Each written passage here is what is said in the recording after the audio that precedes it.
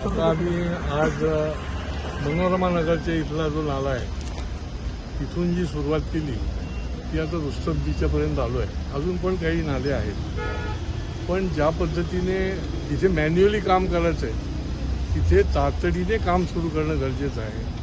ते केलं गेलेलं नाही आहे, ते सुरू झालेलं नाही आहे. काही ठिकाणी जे मोठे नाले आहेत ते मागच्या वेळेला ज्या पद्धतीने दिसत होते त्याच पद्धतीने, खरं म्हणजे यांच्यावर वचक नाही आहे. कॉन्ट्रॅक्टरना आपण कामं देतो, त्यांना मुदत नोव्हेंबरपर्यंत पण असते, पण एकदा फक्त पावसाळ्याच्या पूर्वी काम केल्यानंतर काही केलं जात नाही आणि त्याच्यामुळे गाळ जो आहे तो योग्य पद्धतीने काढला जात नाही आणि लोकांना फार मोठा त्रास होतो. त्यामुळे यावेळेला आम्ही ॲडव्हान्समध्ये आलेले, त्याच्यामुळे या 1.5 महिन्यामध्ये पुन्हा एकदा आम्ही येऊ, कारण की रस्ता आहे का नाला आहे अशी एका नाल्याची परिस्थिती आहे. आता हा रुस्तमजीचा जो नाला आहे त्या ठिकाणी तशीच परिस्थिती आहे.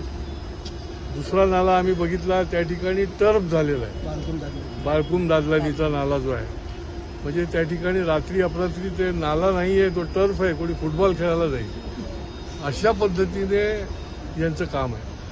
आणि त्याच्यामुळे वारंवार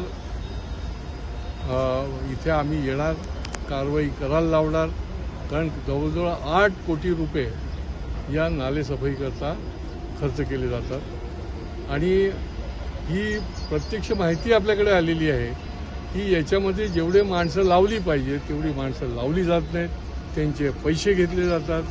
जेवढे तास काम केलं गेलं पाहिजे तेवढं तास ते JCB किंवा बाकीचे त्यांचे पोकलंड वगैरे कामं केली जात नाहीत, पण त्याचे पैसे घेतले जातात.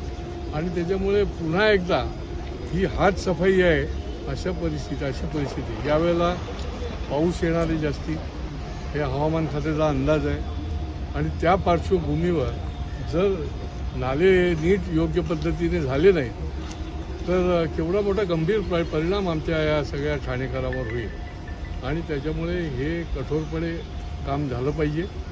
आम्ही एक नाला त्यांना मागच्या वेळेला आदर्श नाला म्हणून बांधून दिला, लोकसहभागातून दिला. त्याच्यामध्ये आपण जाऊन बघा की तिथे कुठल्याही प्रकारचा कचरा नाही, कुठेही काही गाळ साचलेला नाही. आणि त्या ठिकाणी आम्ही एक दत्तक घेऊन एक प्रात्यक्षिक दाखवलं. त्याच्यामुळे हे कठोरपणे याची अंमलबजावणी झाली पाहिजे.